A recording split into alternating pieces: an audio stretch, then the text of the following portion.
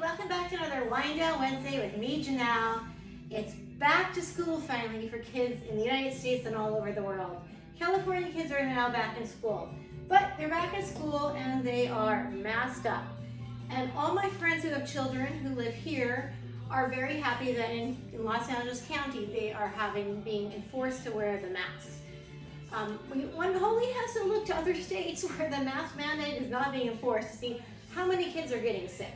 Anyway, if I was a kid right now, I'd be so happy to be around my friends and be in a schoolroom again, as opposed to sitting at home looking at the Zoom screen all day long. I would wear 5 masks if that's what it took for me to go back to school. In fact, I really recently went back to the gym after like 18 months or whatever, and I can spin in this mask for 45 minutes. Sure enough, I feel like I'm getting waterboarded sometimes because of the water accumulates, but I don't care. I want to get back to life, and if a mask makes it safe, I'm all for that. So yay, the kids are back to school.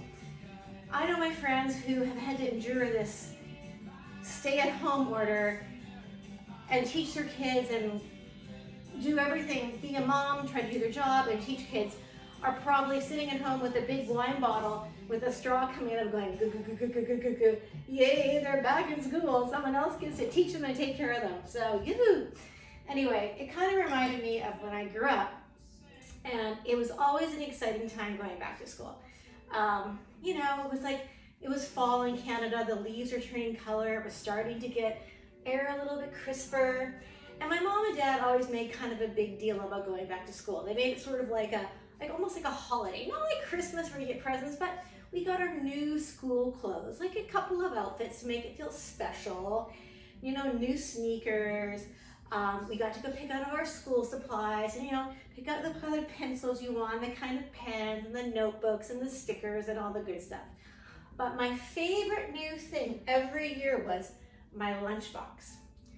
Growing up as a kid in Canada on a farm, I had to take the school bus to school every day and eat my lunch at school from the time I was in kindergarten to 12th grade. So my lunchbox, of course, when I got to be cool in like 9th grade, became a paper bag. But until then, I had the lunchbox. Even in 8th grade, I think I had a lunchbox and I definitely was not cool. Anyway, I remember being so excited about picking up my little lunchbox. And that was the best part, you know, new clothes, new things, lunchbox. You know, you get your like Care Bear lunchbox, whatever was hot at the time, your Spider-Man or whatever it is. It like makes you feel special about going back to school.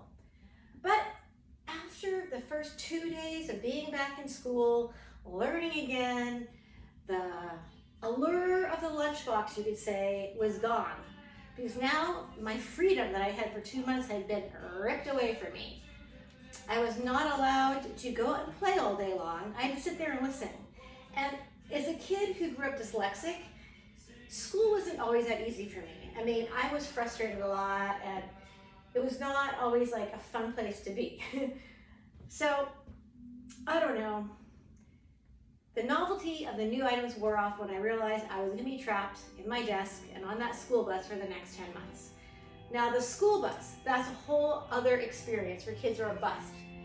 Every kid in my neighborhood got picked up depending on how far they were away from the school. Luckily for me, I was one of the last to get picked up because we were the closest to the school in terms of being in the country. But you know, they start off with some kids would have to get up like an hour earlier than others to get on that damn bus. The bus was an intimidating experience, especially for a little kid, because you're on a bus with kids from kindergarten to 12th grade. So you can imagine that? Like, you imagine the bullying that goes on in a country school bus. You've got big kids, little kids, medium-sized kids, and I remember as a little girl being terrified of being on the bus. One of these guys that, you know, I grew up with, and he's quite a bit older than me, I ran into him at an event at my mom and dad's house not too long ago. And I said, hey, I remember you. You know, what I remember about you being on the bus, you were like, what, 7 or 8 years older than me.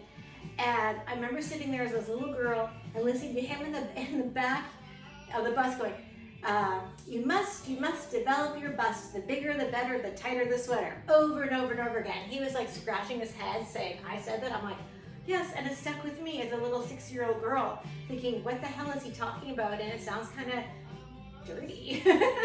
Anyway, yeah, the bus was not always a fun time. it was not the best part of the school day. So once the allure of the lunch pail and the new garments wore off, I did endure the bus and sitting in the bus room after school waiting for the bus. Yuck. But I'm guessing if I was a kid in school today who had not been in school because of the pandemic, I would be happy to endure that all again. So I guess the lesson learned is sometimes things are tough, but when you are in a situation where you're deprived of basic things like going to school, you'll put up with things before you wouldn't have put up with because you realize, you know what, sometimes things are hard, but I'd rather be in something a little bit hard than not have the opportunity to do it. So hey, take that lesson in life. Not everything is going to be easy, but if you can find the glass half full of everything you're doing, and parents, hey, get lots of these for your kids so they're safe. Kids wear them, but learn, be fun, enjoy your life. That's my thought today. Happy Wine Day Wednesday. Happy school year, you guys. Kisses. Oh, don't have a wine when you get home from school. Stick to milk. Your mommy, however, though, is allowed to have as much wine as she needs. Just saying.